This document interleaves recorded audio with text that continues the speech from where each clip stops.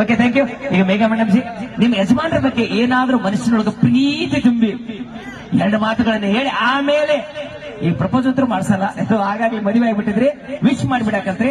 So 2 ಮಾತು ನಿಮ್ಮ ಯಜಮಾನರ ಬಗ್ಗೆ, ಯಾರೋ ಗೊತ್ತಿಲ್ಲಾರ್ದಂತ ಒಳ್ಳೆ ಗುಣ. ಸರ್, ನಿಜಕ್ಕೂ ನಾ ಅವ್ರನ್ನ ಪಡಿಬೇಕಾದ್ರೆ ಪುಣ್ಯ ಮಾಡೀನ್ರಿ. ಸೂಪರ್.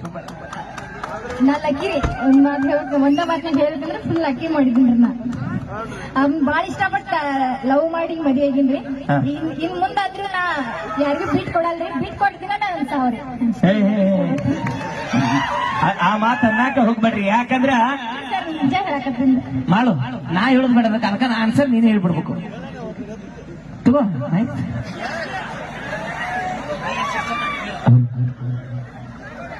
ಏನಿಲ್ಲ ಸರ್, ಒಂದು ಮಾತು ಹೇಳ್ತೀನಿ.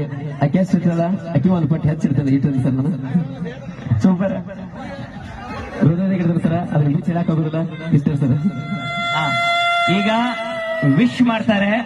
ಸೊ ಅದು ಖುಷಿನ ಸಂಭ್ರಮ ಬೇರೆ. ಮಾಡೋ ಯಾರು ವಿಶ್ ಮಾಡ್ತಾರೆ ಅನ್ನೋ ಗೊತ್ತಿಲ್ಲ, ಬಟ್ ಹೆಂಡತಿ ಮಾಡೋ ವಿಶ್ ಇಷ್ಟು ಜನಗಳ ಮಧ್ಯದಲ್ಲಿ ನೋಡಾಕ ಒಂಥರ ನಾವೆಲ್ಲ ಕಾಯಕತ್ತೀವಪ್ಪ.